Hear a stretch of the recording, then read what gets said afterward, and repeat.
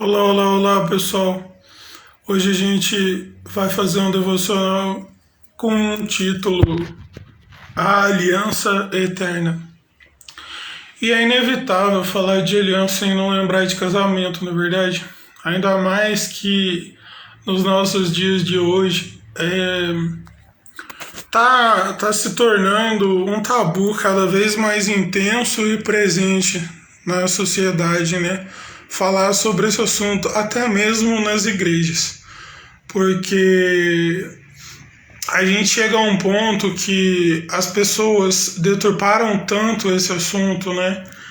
Que as pessoas não estão procurando umas às outras mais para construir algo saudável, é só algo passageiro, é só algo que quer encontrar alguém para a pessoa satisfazer os desejos, satisfazer as vontades. E não é isso que é um casamento saudável, né? Existe cooperação, renúncia, entrega, dedicação, entre outras coisas. Puxa, dá uma série especificamente sobre esse assunto, se fosse o caso. Mas por que eu estou introduzindo tudo isso? Porque, e quando as pessoas procuram alguma coisa, muitas vezes elas se deixam levar pelo status disso, né? Ostentam a aliança no dedo, mas não carregam essa aliança no coração. Entende? Isso é outro fator bastante complicado sobre esse assunto. A gente a gente tá perdendo a noção, né, que essa aliança não é assim, eu vou me aliançar com alguém porque enquanto eu conseguir o que eu quero, eu continuo aqui, senão é só tirar a aliança do dedo mesmo, passar o papel e vai cada um pro seu lado. Sabe, olha só no que a gente está limitando esse assunto muitas vezes, né? Quando a gente não romantiza demais, a gente deturpa demais. A gente vai nos dois extremos, né? E esquece da realidade, esquece que essa aliança do casamento é muito mais algo de decisão e disposição, é algo muito mais racional do que agir no emocionalismo, entende? E a partir disso aí, porque o próprio livro de Efésios, no capítulo 5 é usado uma ilustração do casamento para simbolizar algo muito mais essencial, muito mais importante, a união de Cristo e da igreja, sabe?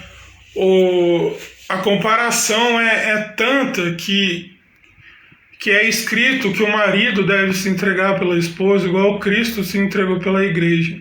Isso não negligencia a parte da esposa, né, na aliança. Mas quero focar nesse sentido de como é algo muito sério, de como Deus trata esse tipo de aliança do casamento, por exemplo, porque, como eu comentei na própria palavra dele, essa comparação é usada para construir, né, uma ponte para falar de Cristo e da igreja, entende? E certamente dos pontos altos sobre esse tipo de aliança, né, esse tipo de aliança descrita na Bíblia, é na chamada Santa Ceia, né, de Jesus com os discípulos dele, quando ele, ao pegar o cálice, fala para eles beberem, porque aquele sangue é o sangue da aliança que é derramado pelos pecados de muitos, né? E poxa, se isso não mexe com o nosso espírito, sabe? Se isso não abala o nosso espírito, a gente tá quase morto espiritualmente, porque se isso não nos abalar, se essa declaração de que este é o sangue da aliança derramado pelo perdão, pela remissão dos pecados de muitos, poxa, sabe, eu fico pensando, poxa, desde a criação, quando a queda aconteceu, tudo já apontava para Cristo. Inclusive, mesmo com o fato de Adão e Eva terem se dado conta de estarem nus e sentirem vergonha a esse respeito, Deus matou um cordeiro para fazer vestes para eles. Sabe, Deus cuidou até dessa vergonha que eles sentiram, né? E essa vergonha eu não estou tirando da minha cabeça. Está escrito no texto que no texto antes do episódio da queda, vamos chamar assim, que eles estavam nus e não se envergonhavam, entendeu? Então, sempre as reflexões precisam estar de acordo com o texto, e isso o texto informa pra gente.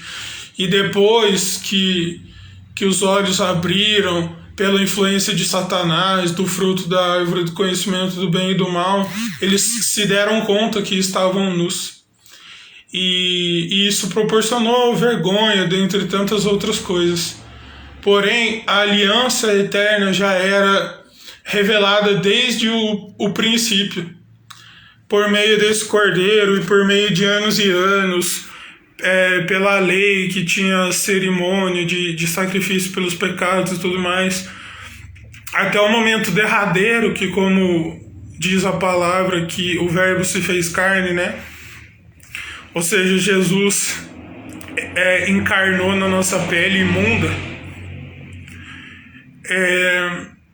Então, isso possibilitou a revelação do que sempre existiu em Deus, sabe? A revelação de Deus aqui na Terra, na pessoa de Cristo. E, poxa, e a gente banaliza tanto certas coisas como o casamento, né? A gente banaliza nossos desejos, começamos a agir por egoísmo, por orgulho, sabe? E isso não constrange nossos corações, sabe? Infelizmente é duro dizer essas coisas, mas precisa ser dito, porque a gente está tão mergulhado nisso que a gente não vê a importância do sangue que foi derramado por Cristo, né? Nessa declaração de Jesus, este é o sangue da aliança que foi derramado, sabe, pela remissão dos pecados, pelo perdão dos pecados. E a Bíblia vai nos dizer que a gente não venceu o pecado porque a gente não lutou até derramar sangue. Olha só, né? Quando a gente junta uma informação com a outra, a gente multiplica essas informações, a gente vê que não importa o quanto a gente conquiste na vida, o quanto a gente considera que a gente conquistou na vida, não importa. Não vai importar se tudo que a gente conquistou na vida não tiver Cristo. Não interessa. Na consumação de todas as coisas, isso é palha. Isso é passageiro, isso é madeira, isso é facilmente destruído. Mas a aliança eterna em Cristo vai salvar acima de tudo o nosso espírito, sabe? A gente tá tão imediatista aqui na nossa realidade que a gente tá deixando a nossa eternidade tá em xeque e a gente não tá percebendo. E quando vier o checkmate, quando vier o momento derradeiro, é complicado, porque no momento final vai ser só entre a gente e Cristo que essa aliança poderá ser ainda num resquício ser resolvida ou não. Sabe, eu sempre comento essas coisas que eu falo, não é para causar medo no coração de ninguém, pânico no coração de ninguém, mas a gente tá tão deturpado também sobre a pregação da palavra de Deus que hoje em dia falar o que realmente está escrito na Bíblia é ofensa.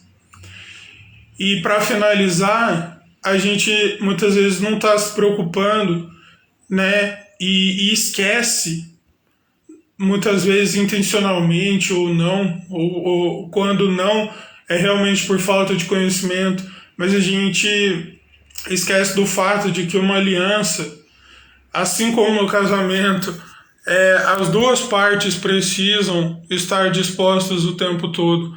Por isso que a Bíblia diz que quando há essa união entre homem e mulher, em Deus, né, essencialmente, os dois se tornam um, exatamente por isso, porque não existe mais as vontades de um nem de outro.